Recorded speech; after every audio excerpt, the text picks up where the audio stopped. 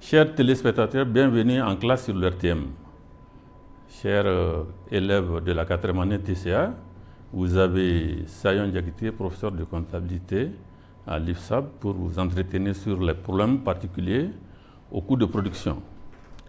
Alors, le coût de production, dans les leçons antérieures, on a eu à en parler, surtout au niveau du coût complet simple. Le coût de production, ça concerne les entreprises de transformation, c'est-à-dire les entreprises qu'on appelle techniquement entreprises industrielles. Alors, ce coût, dans la hiérarchie des coûts, ça vient après le coût d'achat.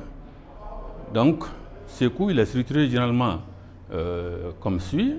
En charge directe, vous avez les consommations de matière, les charges de main-d'œuvre directe, et en charge indirecte, vous avez les quotes-parts des centres d'analyse qui travaillent pour la production. Alors, cette structure est très simple, mais dans la pratique, elle pose des problèmes énormes pour ces entreprises industrielles parce qu'elles se trouvent dans des situations qui rendent souvent le calcul du coût de production difficile. Alors, c'est de ces problèmes qu'on va parler ici. Il y en aura deux grands types, mais le tout premier qu'on va aborder, c'est les produits en cours. Alors, l'objectif pédagogique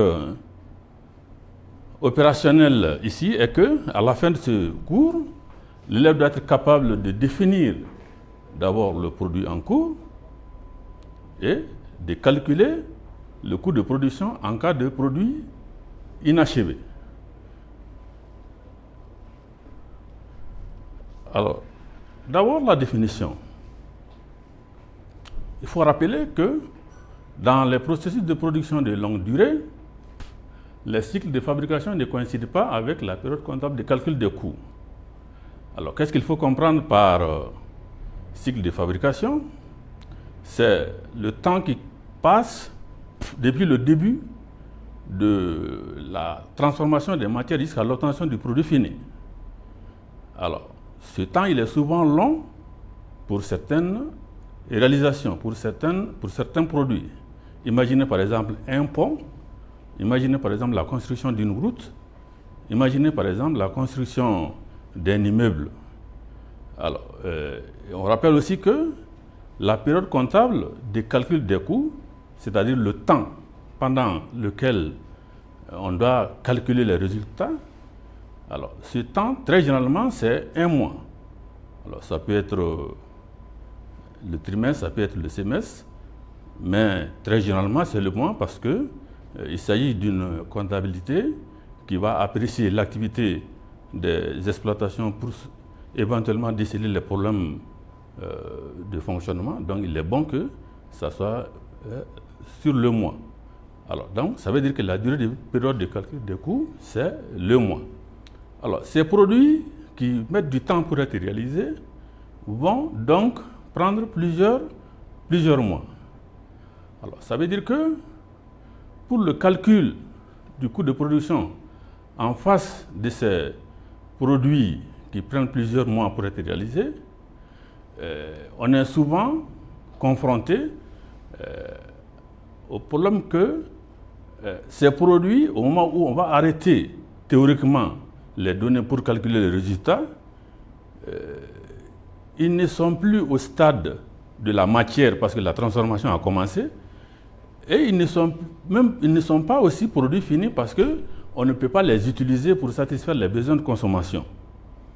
Alors, ces produits, on les appellera tout simplement des produits en cours de fabrication ou produits en cours, ou tout simplement en cours de fabrication. Alors, ces encours peuvent exister à la fin d'une période de calcul des coûts. En ce moment, on va les appeler encours finaux, mais aussi, ils peuvent exister au début d'une période d'activité. Alors, on va les appeler encours initiaux. Alors, ça veut dire que ces encours-là, soit ils sont encours initiaux, soit ils sont encours finaux. Alors, qu'est-ce qu'on va retenir pour la définition de l'encours? on dira tout simplement que l'encours n'est rien d'autre que la valeur des produits en voie d'achèvement. L'encours, c'est la valeur des produits en voie d'achèvement, ou tout simplement des produits inachevés. Alors, après cette définition très simple, on va voir comment est-ce que le calcul du coût de production doit être fait avec ces produits inachevés. Alors, pour le calcul du coût de production avec ces produits inachevés, il faut rappeler d'abord que l'encours est soit initial, soit il est final. Soit il existe en début de période, soit il existe en fin de période. Alors, le problème est quoi? Alors, au cours d'un mois donné, on va engager un certain nombre de dépenses, un certain nombre de charges pour faire la production. Ce volume de charge, on va l'appeler charge de la période ou charge de production de la période. Alors, ce volume de charge de la période va d'abord commencer à achever les encours initiaux qui étaient dans les ateliers de fabrication quand la période commence. Ensuite, ce même volume de charge va commencer certaines productions qui vont être terminées au cours de la même période. Et enfin, le même volume de dépenses ou le même volume de charge de la période va commencer la fabrication de certains produits qui seront inachevés, qui ne seront donc pas terminés à la fin de la période.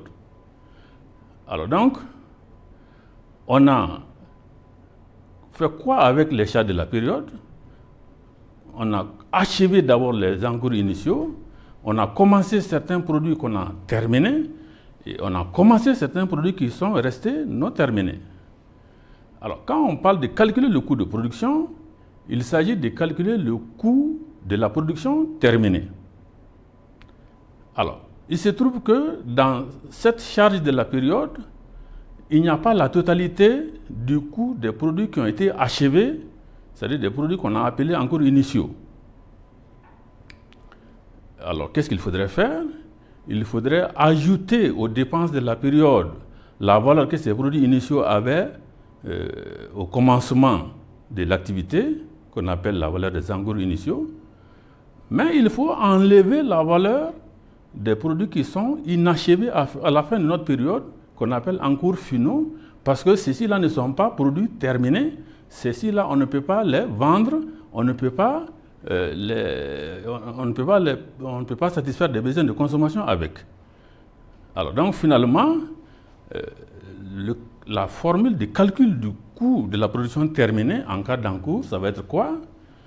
Coût de la production terminée égale encours initiaux plus charge de production de la période moins encours finaux. Alors, on retient bien ça. Le coût de la production terminée en cas de produit inachevé, en cas d'encours, c'est charge de la période plus encours initiaux moins encours finaux. Alors, à présent, on va parler de l'évaluation des encours. Comment déterminer la valeur des produits inachevés. Alors, ici, il faut rappeler qu'il y aura deux techniques. Il y a deux principes. La première technique va être appelée l'évaluation réelle. Et là, la valeur du produit inachevé serait calculée en prenant en compte les charges réellement supportées, c'est-à-dire la consommation réelle de matière, les charges de main-d'œuvre directe et réellement consommées et le nombre d'unités d'œuvre des charges indirectes et réellement absorbées. Alors donc, ici, l'évaluation est faite sur la base des données réelles de dépenses qui a été réalisées dans les encours. Et la deuxième technique, elle va être appelée l'évaluation forfaitaire. Là, il s'agit de donner une valeur relative de l'encours Et très généralement, ça se présente sous forme de pourcentage. Il est très courant d'entendre quand les officiels se présentent sur certains chantiers, ils vont dire, bon, le chantier est à 25%, le chantier est à 45%.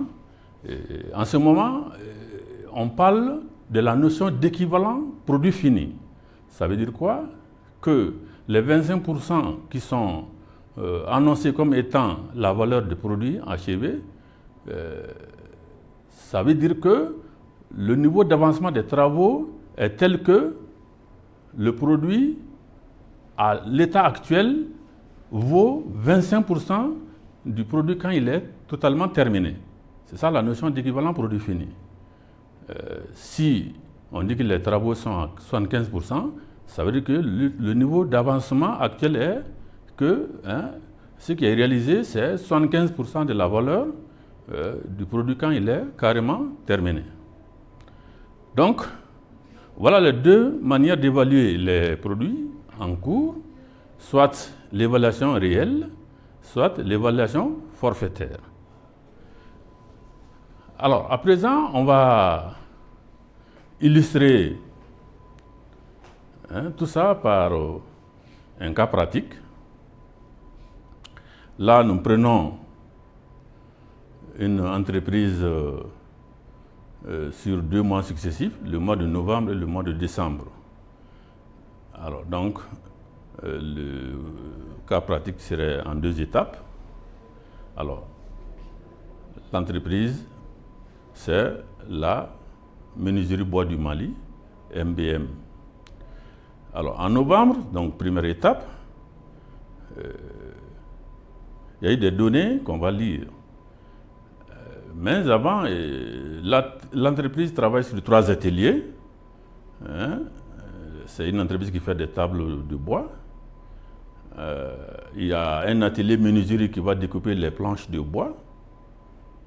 Il y a un atelier soudure qui va couper le tube métallique et va souder le cadre. Ça veut dire que les tableaux bancs seront en moitié bois, en moitié métallique. Et il y a enfin un atelier montage-finition qui va faire les travaux de finition, la peinture, le vernissage, etc. Alors, on rappelle qu'il n'y a pas de stockage intermédiaire à la sortie des ateliers menuiserie et soudure pour éviter qu'il n'y a pas, pour éviter que l'on ne présente un compte de stock à ce niveau-là. Alors, pour le mois de novembre, les données comptables sont les suivantes. 1. En consommation de matière, les planches de bois ont été consommées à hauteur de 530 mètres carrés à 1200 francs le mètre carré. Les tubes métalliques ont été consommés à hauteur de 2660 mètres à 300 francs le mètre. Les fournitures ont été consommées à hauteur de 220 000. Il y a eu de la main-d'œuvre directe aussi. En atelier menuiserie, 360 heures ont été travaillées à 600 francs de l'heure, ce qui fait la consommation à ce niveau. En atelier menuiserie, en atelier soudure, il y a eu 540 heures à 700 francs de l'heure. Et en atelier montage finition, 300 heures ont été consommées à raison de 500 francs de l'heure.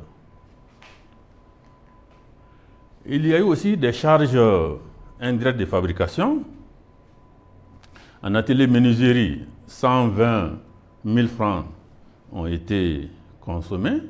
En atelier soudure, 160 000 francs de charges indirectes consommées. En atelier montage finition, 80 000 francs de charges indirectes consommées. Et la production du mois s'est élevée à 250 tables terminées qui ont été livrées au magasin de stockage. Mais aussi, il y a eu des produits inachevés, c'est-à-dire des encours. Alors, en atelier menuiserie, il n'y en a pas, mais en atelier soudure, il y a eu 120 000 de produits inachevés, c'est-à-dire des produits inachevés pour une valeur de 120 000. En atelier montage finition, des tables bandes terminées et non terminées pour une valeur de 126 000. Et le travail qu'on demande ici, c'est de déterminer le coût de production terminé au 3011N.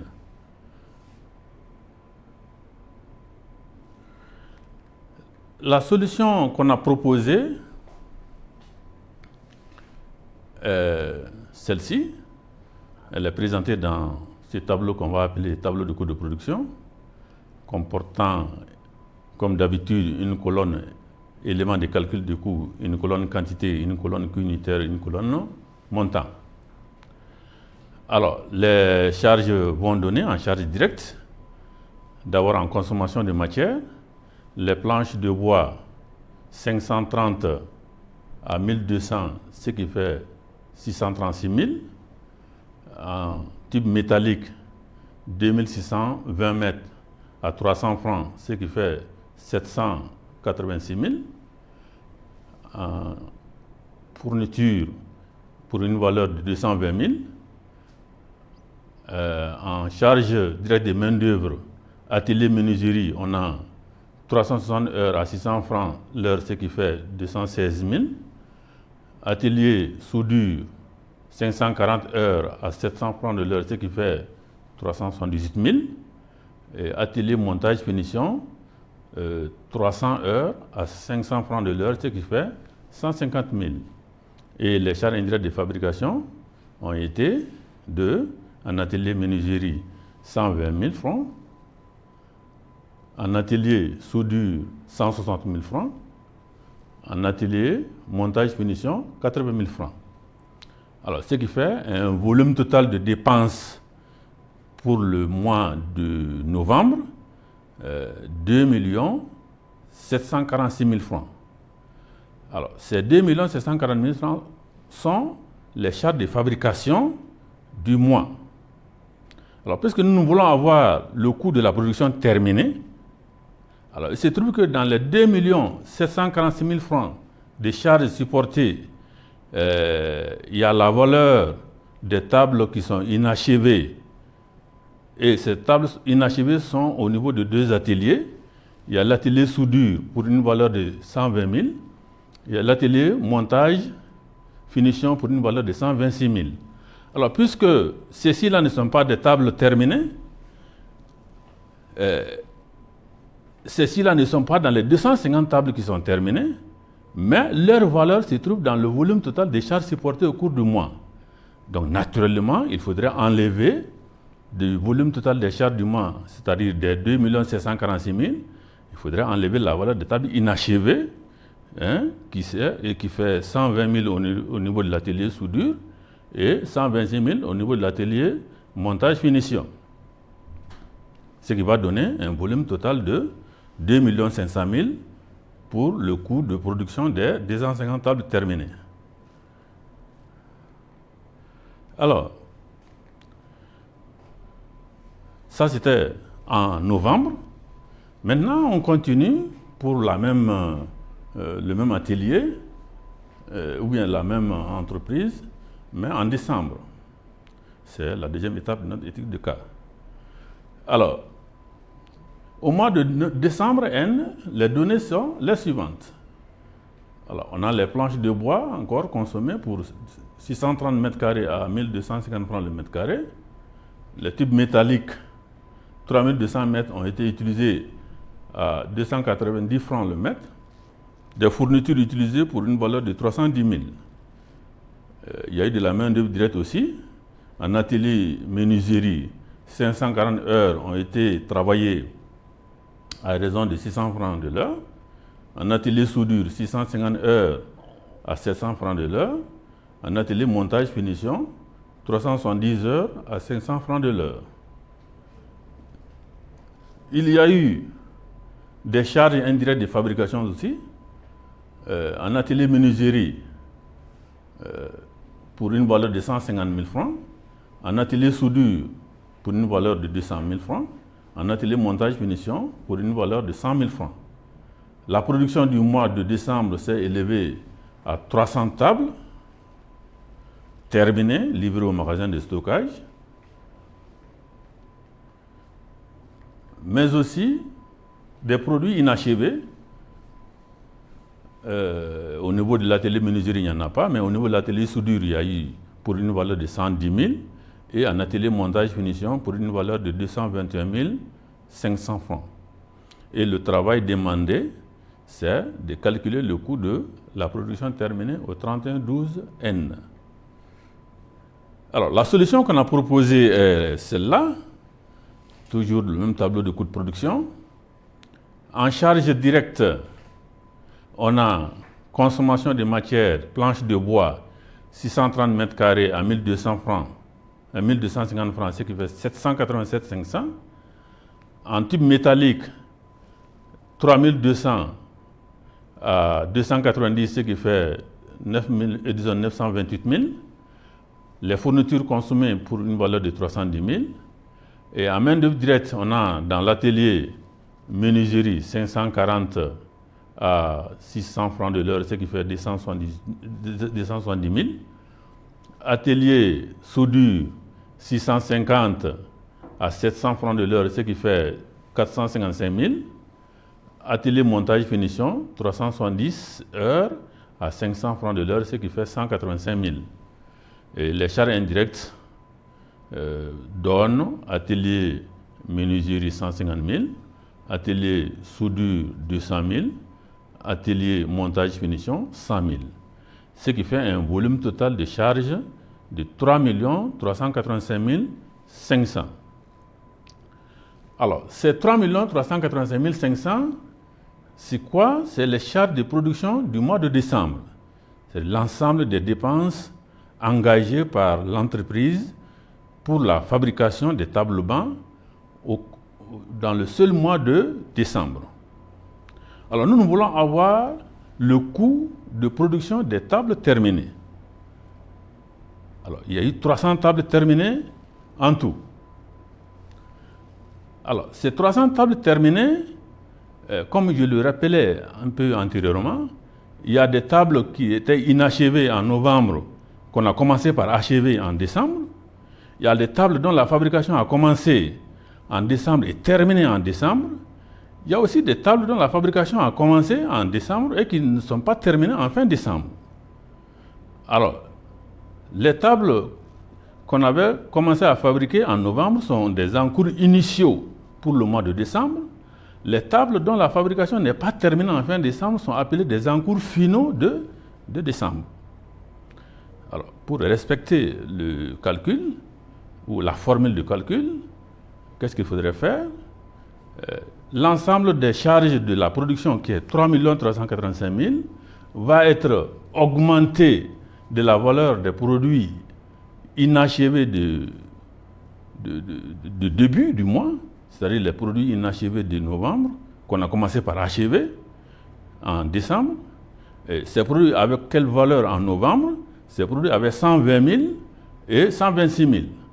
Alors c'est pourquoi notre tableau de coût commence par encours initiaux,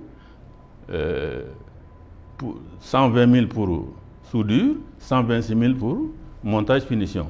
Alors ceci, il faut les ajouter à l'ensemble des charges du mois de décembre, hein, parce que ceci-là ne sont pas dans les dépenses 3 385 500. Or, dans les tables terminées, c'est-à-dire dans les 300 tables, hein, on a bel et bien ces tables-là dont la fabrication avait commencé en novembre. Alors, il faudrait également enlever la valeur des tables inachevées, c'est-à-dire 110 000 pour l'atelier soudure, 221 500 pour l'atelier montage finition.